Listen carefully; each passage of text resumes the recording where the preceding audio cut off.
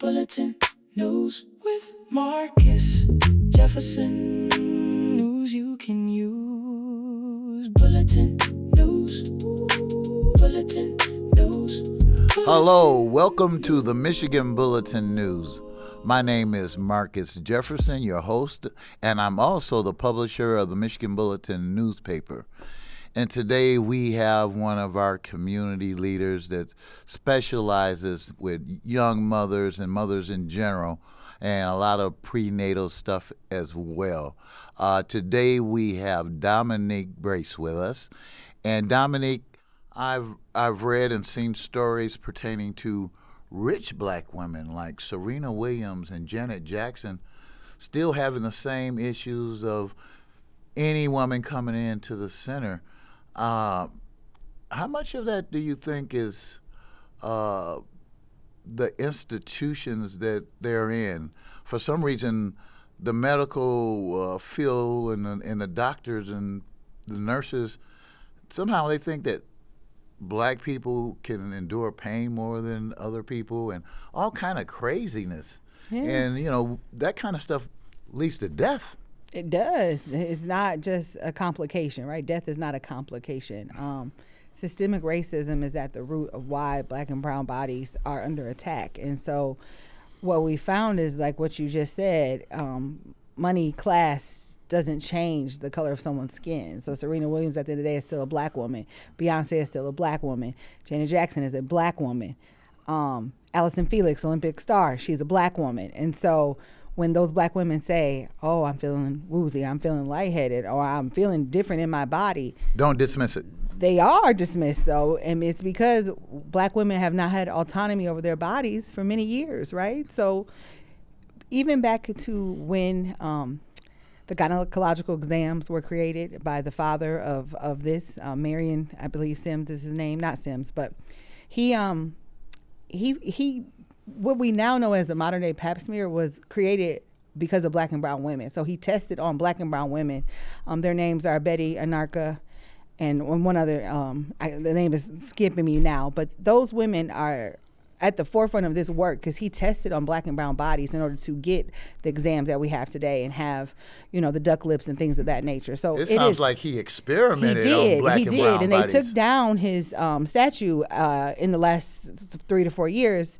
But it's really that serious. We've been the reason why things have progressed in studies, and I think that we're going to see some of that come through when it comes to breast cancer as well. So we just have this one thing we're talking about, but our bodies as a whole are under attack and what that looks like. And so when we say we hurt or we can't breathe or our lungs are collapsing, we're not viewed the same. We are told that we have such high endurance and that we can, you know, conquer all these hurdles. But that's not accurate. We know about our bodies and we're not being listened to. Because we all bleed red. Absolutely. Now, I understand that you do several projects.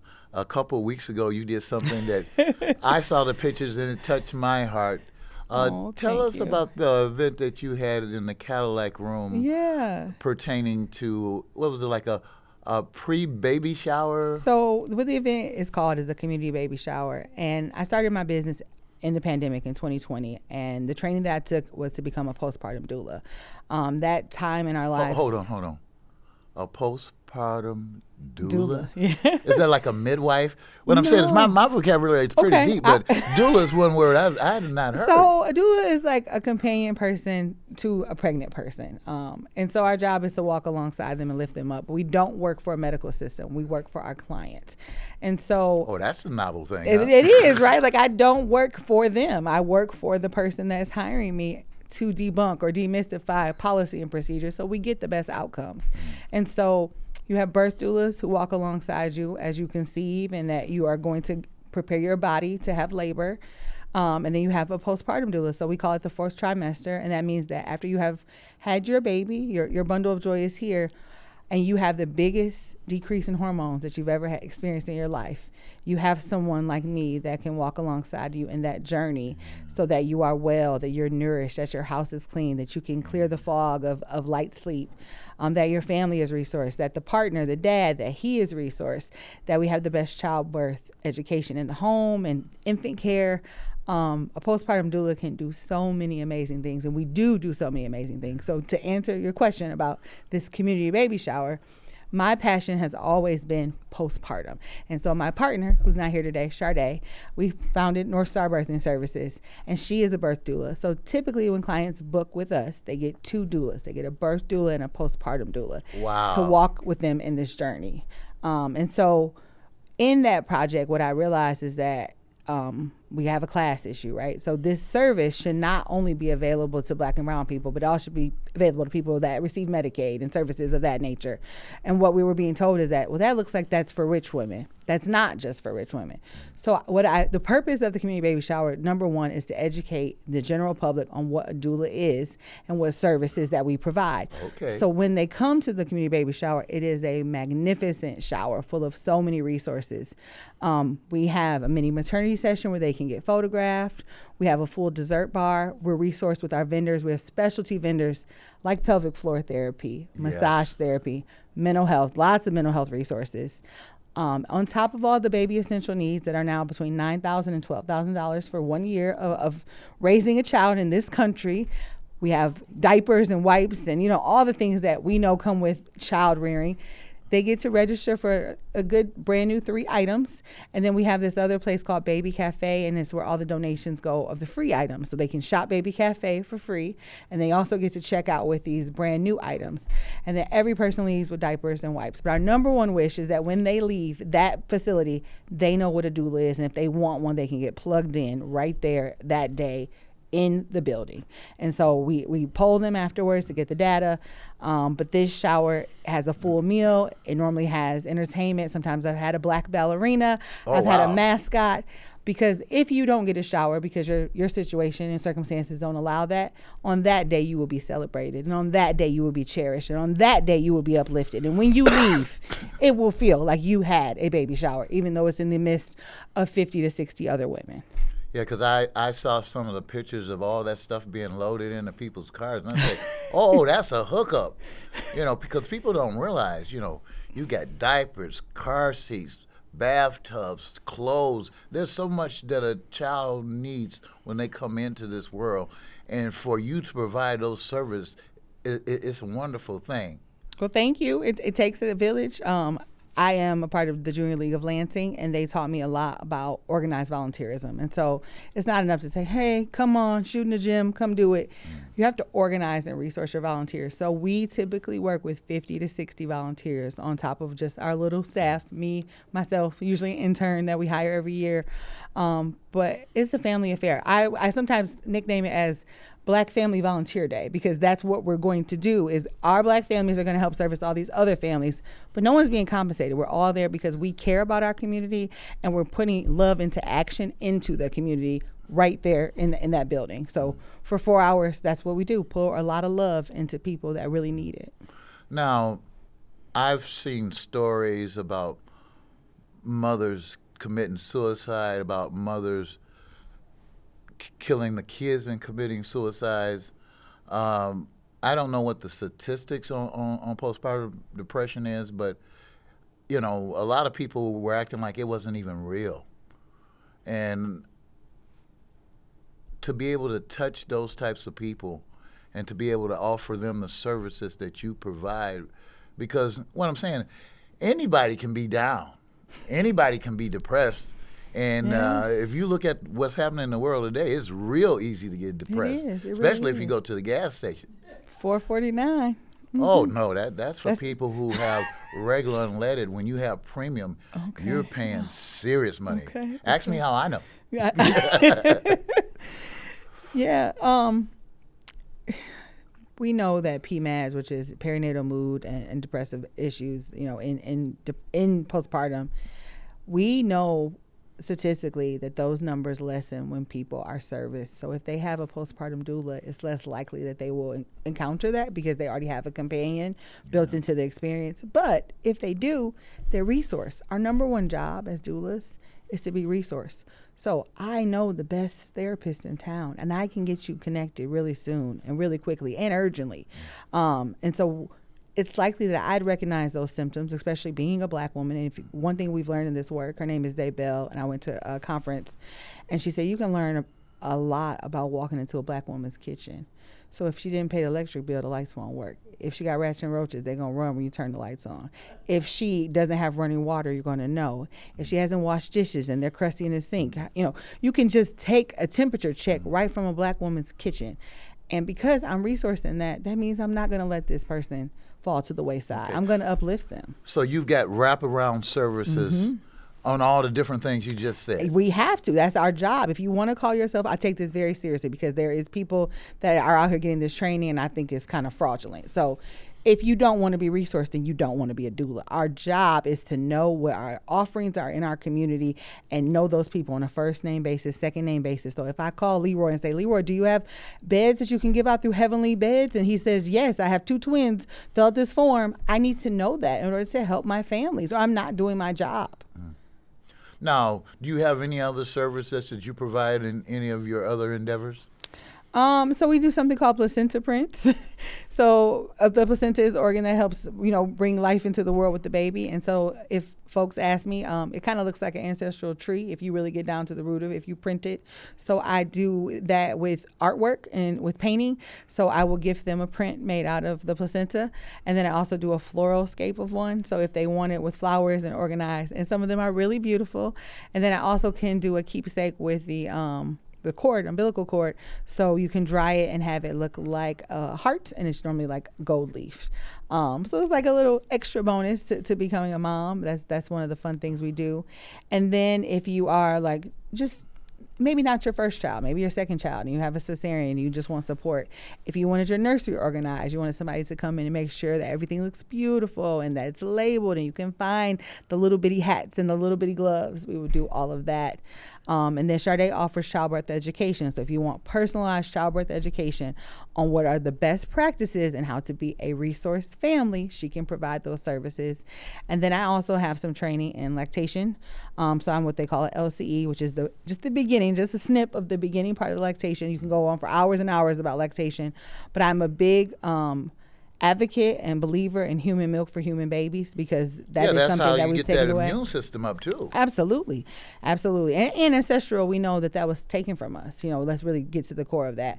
We know about the wet nurse and that black women used to feed white babies, and sometimes our babies died because we were not able to produce enough milk to give to white babies and black babies. And so I think we like to forget about that as a country, that lactation fed the nation. Like that breast milk, that was the beginning of life. And we knew that back when, right? So that was why it was a thing. And so to know that black women don't have the resources to breastfeed, or that they're lacking behind like their counterparts, that sucks. And so at this baby shower, Medicaid does provide folks with 1 breast pump. However, as in my training, I know that's not enough. So the number one reason why folks stop breastfeeding is support. And so if a woman goes back to work in 6 weeks, she only has 1 pump at home. So that means if she takes the bus to work and she has to take that pump from home to work, she's probably going to stop pumping because she's going to make a mistake, leave the pump parts at home, it won't work. So I like to resource them and make sure they have 2 pumps, 1 at home, 1 at work, and then ideally 3, 1 upstairs, 1 downstairs at home, and 1 at work, because then that is the number one indicator that we can continue breastfeeding or pumping and getting that milk supply going. And now the recommendation, it used to just be 1 year old, but the WHO recommendation now is 2 years. Oh, wow. That means that you have to be super resourced. That means you have to be available. That means your body is going through a lot of changes. But they really think that optimal breast milk is for 2 years, and that is saying a lot. That's how important that globally we view human milk. And in this country, we do not respect that at all. We shame women for exposing their breasts. We shame them. We sexualize them, especially black women. We over-sexualize black women's bodies. And then if you happen to be a larger body person or a larger breasted person, it goes on and on. It's just not fair. Your body, your choice. But if that body is feeding a baby, mind your business. Mind your and if you were eating a steak dinner at Cooper's Hawk and someone came over and put a cloth over your head and said, well, enjoy your dinner with this cloth over your head, you'd be like, no, thank you. I want to have my experience. I would like to eat my steak. I would like to enjoy my au jus. I would like to have my glass of wine. You do that to a child? No, they don't. Why would a baby want to eat underneath a tent, a cover? So people are so shamed by the body that they do that. But really think about that. Who wants to eat suffocated like that? No one. That's not ideal to enjoy your meal. Well, you know what? If we can have healthy children and we can have support for expected mothers and mothers after the birth, and you are that resource. I had no idea that you did all this in community. I just saw the baby shower, stuff, and I thought that maybe that was all you did. But you have the wraparound services. You get them from pregnancy to post-pregnancy. Now, if one of our viewers wanted to know how to get in touch with you, how to volunteer, how to participate in all these wonderful events, what can they do? So I would love that. We always need more volunteers. Like I said, I go about 50 to 60. My new plans for next year, I would need about 75 volunteers. So let's just start there. Thank you, volunteers. Please come. I love you. But our website is Northstar, just like in the shiny in the world, Northstar Birthing with the ING Services.com. And on there, we usually keep the link up year round. We'll close it for a little bit, open up in January, because this has been going on. This will be our 5th one in 2027. Oh, okay. We don't have a date yet, TBD, but it's coming. So they can sign up right there to become a volunteer or just support the organization. I'm going to launch a newsletter this year. It's going to happen because my next initiative is to do a stroller walk. So if you're out there and you're looking for a community and you're like, I don't know where to meet other moms in Lansing, hope you come join me and let's push our strollers at a park and just enjoy grounding, peace, take away the screens and the technology and just have a moment with nature. And so also on that site, you can see what our rates are. If you're trying to see if you can afford a doula, what that looks like. You can see Sade's packages, how robust they are. Because people are so short on patience these days, Sade has to make a birth plan in writing, but also with infographics only, because people are so lackadaisical in what they wish to choose and conceive. As you know, the person that's writing a paper, that she has a version that just is with photos. So, if you're saying no Pitocin, is like a, band sign over the Pitocin. If you don't want students, no students. So that your wishes are heard very loudly. She does a great job of making sure that visual. And we even had an intern that was able to help us if we needed a Spanish version. Oh, wow. So that is available right on the site. And then you can see what I charge per hour right there. My minimum contract is about 12 hours, but I work with lots of families. I am super passionate about helping adolescent and teen parents because they get omitted from this conversation. Now, are there scholarships for stuff like that? We used to have a grant maybe about 2022 to 2024, and there was someone that was funding or helping us fund if we had teen and adolescent folks. But now Medicaid is covering doula services, so that is an available option. But I always say there's a doula for everybody. It may not be me and Sade, but I am resourced, like I said. Yeah. So one thing I didn't share with you is that I'm also part of the Ingham County HUG program, and that stands for helping us grow. And so what we did was partner with the Ingham Health Department, Lisa Chambers and Natalie Elliott, who work with our program. And so they got funding to do cohorts for us. So we've had 2 cohorts of about 15 each. So that's 30 women that were trained as birth doulas. And then we just completed another cohort of 15 more women that all got their training covered under this grant with mentorship from Sade and I that are so passionate about the work. So we just bring them in, and they just did 15. And then this fall, we're going to do another 15. So that would be a total of 60 folks in Lansing that look like me, look like you, to service our families so we can stay in our communities and thrive right here. All right. Once again, before we leave, the contact information, and if there's a phone number, give that to me. Okay. So the phone number is on the site. I don't have it memorized. I'm so sorry. But the website is Northstar Birthing Services. And we're also all of that on social. So you can interact with on Instagram, Northstar Birthing Services, Facebook. It's all the same on all the platforms. And it looks like you and me. It's Sade and I doing the work with the people that we're passionate about. That site has so many things. We even have blog posts about people talking about their experience. And I just want to share one small part with you that is something people have not thought about. It is assumed that if you have a cesarean birth in the OR that you don't need support because you're not birthing per se. That is an absolute story, and I don't, adhere to that. But I will say that our local facility, Sparrow, is so great that they've now allowed us with training to go into the OR to support our clients. So if you would like support while you're going through that procedure, which is very, very serious, we don't take that. You're cutting through 7 layers of skin, 7 layers of fascia. It's a lot. It's so intense. And for some people, that's the first time they've ever entered a hospital, so they're going under this knife. And so to know that you can have the support, shout out to Sparrow. I'm so proud of them for making this initiative come to life, and hopefully McLaren will follow. But you can also have a doula if you have a cesarean birth. Great. Well, Domonique, I want to thank you for being on the show today, and hopefully this is news that you can use. And until we see each other again, I want all my viewers to have a wonderful life, and we will see you again soon.